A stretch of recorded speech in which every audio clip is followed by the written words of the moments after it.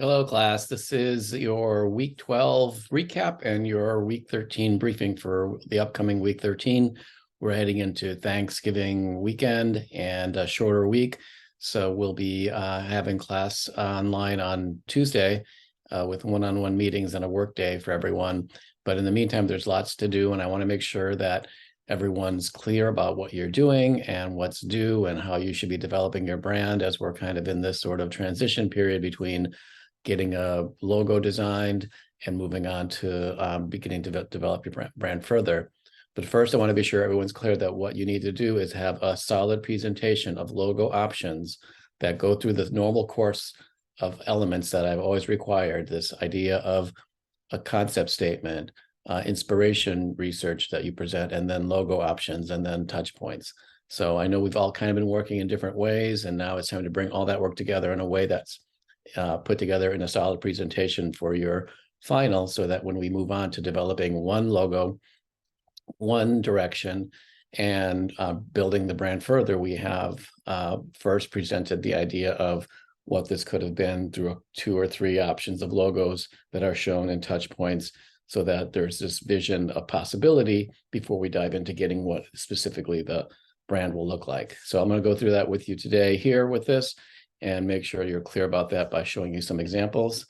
Just kind of recap here, more weeks are becoming grayed out as we get closer to our final presentation. Right now, we're in logo finalization and brand standards and touch points. So meaning we're going to start to decide what the logo is. We're going to start building standards for typography and color and other visual elements. And we're going to make sure that touch points are developed for each logo option so that we showcase that in a way that provides a peek into what each option could look like before finalizing that. And then we're going to have 3 more weeks of touch point and brand program development, and overall creating these solid pieces of media that represent how your brand will function and communicate, picking out an element that will be something that you kind of make as your flagship piece, but also having various elements like social media, like a awareness campaign, events, different ways of having the brand show up, collaborations, partnerships. A lot of it might be not so much design, but presenting visuals in a design that show things happening with your brand as we prepare for week 16 with the final reviews, where we'll have guest critique participants like our first project, and get a chance for you to present your work to someone or a few people who can look at your full presentation with fresh eyes and with a different perspective than what we've been getting together. All right, so the workflow is going to be like this for week 13. We're going to be creating a page of sample touch points for each logo concept. So again, some of you have been doing this, some of you have not. So for those who have, great, move on to the next stage. But for those who haven't, and who have kind of been working on sort of your own independent way, which, like I said, I don't mind working backwards, but now is the time to go backwards and make sure that each of your concepts has a concept statement, has some bullet points or a paragraph that writes out what the direction's about, showcases visuals of inspiration towards how that logo could look. Even if you got to go backwards, find those inspirations so that you're creating a story that a viewer can imagine what it is that they're going to see next in your logo by seeing the techniques within your mood board or different approaches that are similar to how you'll be inspired, and then show that logo so that verifies and validates what you're doing. From there, we're going to create touch points for each logo concept so that you have a page of a grid, page, or maybe a couple pages with 1 or 2 images to just show each logo concept in context, shows what it could be. Even if you don't pick it, I want you to make this page or pages of 3 to 4 mock-ups, 3 to 5, that show some classic, typical, doesn't have to take a long time, but just puts it in context and allows you to see how it looks and how it works best. And with that, we're going to decide on your final logo design, which one it's going to be. We're going to work on creating a tagline, if that's appropriate. Most likely it's going to be appropriate. And we're going to create your graphic standard guidelines, which will be a page that showcases the typography, the color palette, any visual elements, patterns, graphic design treatments that are going to be applicable to how you showcase your work. So let's take a look at an example of that. And here we have an example of just one logo concept. So I kept it at once, so it wouldn't be so much to look at once. But this is this idea should apply to the 2 or 3 options that you're working on now or that you've developed, and is not simply for the final version. So each of your concepts should have these elements of a logo, of this idea of like what the graphic system could be like, with some font study or font presentations, color palette, logo positioning, and then here she's had on the bottom row a pattern system that becomes part of the way the brand shows up in different formats. And you can see in these last 2 or 3 slides that this shows the idea of creating these touch points. Now, just to be clear here, this is showing the graphic treatment, the graphic standards system with these first few slides. That's what you need for your final. So I mean, maybe I spoke here. You don't need those elements for each design direction. What you do need is the mockups. You need the logo, and you need the inspiration board and the statement, concept statement. So let me clear that up here. But first, okay, this is it here. This is the idea of having a concept statement here, concept 1, connection and growth.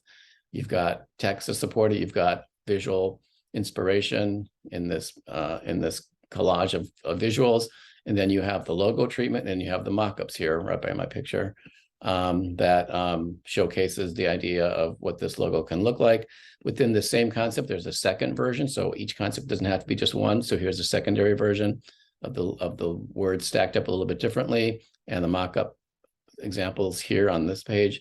And then we go to the second concept, compassion and warmth. And we have the statement, we have visual inspiration here, and then we have what that logo can look like in a couple of variations, positive or negative. We have some mock-ups of what that can look like. And then we have an exploration of taglines with variations. And then on this bottom row, we have the conclusion. We have, this is the final logo option choice. This is the choice for the tagline. And then here is this graphic system that shows the logo in 2 variations, positive and negative. It showcases like 3 typefaces, the color palette, and of course, the thank you page at the end. To give you a little further on this, let me give you this example here that we looked at last week on poverty period. And I'm going to go through all these pages that set up the brand. And here's the name Bloop, the design personality, the logo inspiration. All right, so here's where we're coming up to the logo design. So again, there's a concept statement or a concept and a series of points to support what this concept is about. There's visual inspiration, and then there's 1 and 2 different design elements. And then we're going to add, this week, we're going to add the idea of taking one of the choices within this concept, the second one, and creating a page of mockups that showcase what this could look like in a brand system, and also giving the opportunity for this new element, this sort of floral element, to come in because of the fact that this person now was creating mockups and realized that another element was needed, also had to start applying colors and type. So this mockup, these touch points mockups will give you the chance to develop further your system of design. And then as we go to direction 2, same thing. We have a concept for what this logo direction is going to be about, fun and lively, with some key points about what it's about. And then followed by design inspiration, things that you can talk to about and point to when you're presenting the idea of how you're going to approach your own system. And then here we have, there's 2 options of what, there's 2 options of how the logo could work. And then here's, again, the mock-up system that has touch points that utilize different treatments of the logo within the context of pieces, giving the opportunity for you, exploring how your logo works, how it could look, and what support it needs in terms of additional graphic elements. And then here's the third one, same setup. Here are the 2 options. What's it say here? And then creating a mock-up that showcases it in context. In this case, it's 2 different pages. Also looking at things like materials and paper choices and how materials can influence and communicate the brand better. And then here we have the logo choice and the slogan choice. So after making all the mock-ups and options and telling the story of all of your options, in this case, it was 2 directions within each of the directions, there were 2 different options. Now we've come to the point where we've decided this is the logo, and we can talk about, you don't have to have this decided by our meeting Tuesday, but we are working towards having this for next week. So you've got the slogan decided on in a designed way.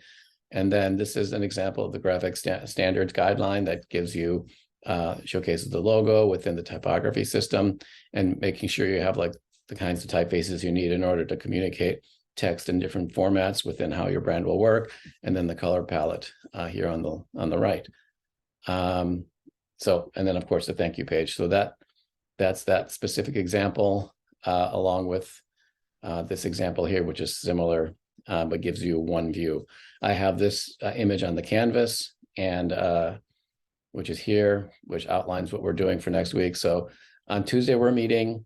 You should be as far along as possible as you can in order for us to talk about what your final logo will be, and begin to build your mock-ups and your color. And within your building these mock-up touch points, you'll begin to realize what you'll need for typefaces or other additional support systems for your design. Okay, so here's the schedule for Tuesday. We're sticking with the same times just to keep it easy for everybody. And thank you for not having anyone complain about where they're at. And if you're not able to make it, just let me know in advance. A few of you have already told me that.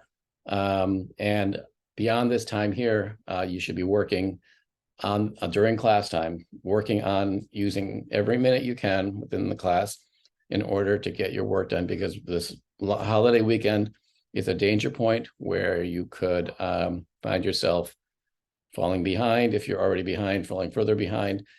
I want to encourage you to enjoy the holiday and to be grateful all Thanksgiving, and to celebrate with friends and family, however best you can, to do crazy shopping on Friday as well. But at the same time, to balance that with staying diligent on your work. This is an important project, and this is an important time where you need to keep on track so that you don't fall so far behind that you begin to not have enough time to further develop your brand and your key media pieces that you're going to make. So also, I want to make myself available, as I always do, for getting emails, and I'll reply to those, or even setting up separate meetings as you need. I will make the time for that so that everyone feels like they're getting enough attention from me, because I know those short meetings go so fast and there's so many of us, and it's hard to give everyone lots of attention. So I want to go outside the scope of our class time over the weekend or during the week to be able to meet with you and give you the feedback you're going to need to keep this going. All right, so work hard and be ready on Tuesday. Show up on time like everyone's been doing, and we'll see you then. Take care, everybody.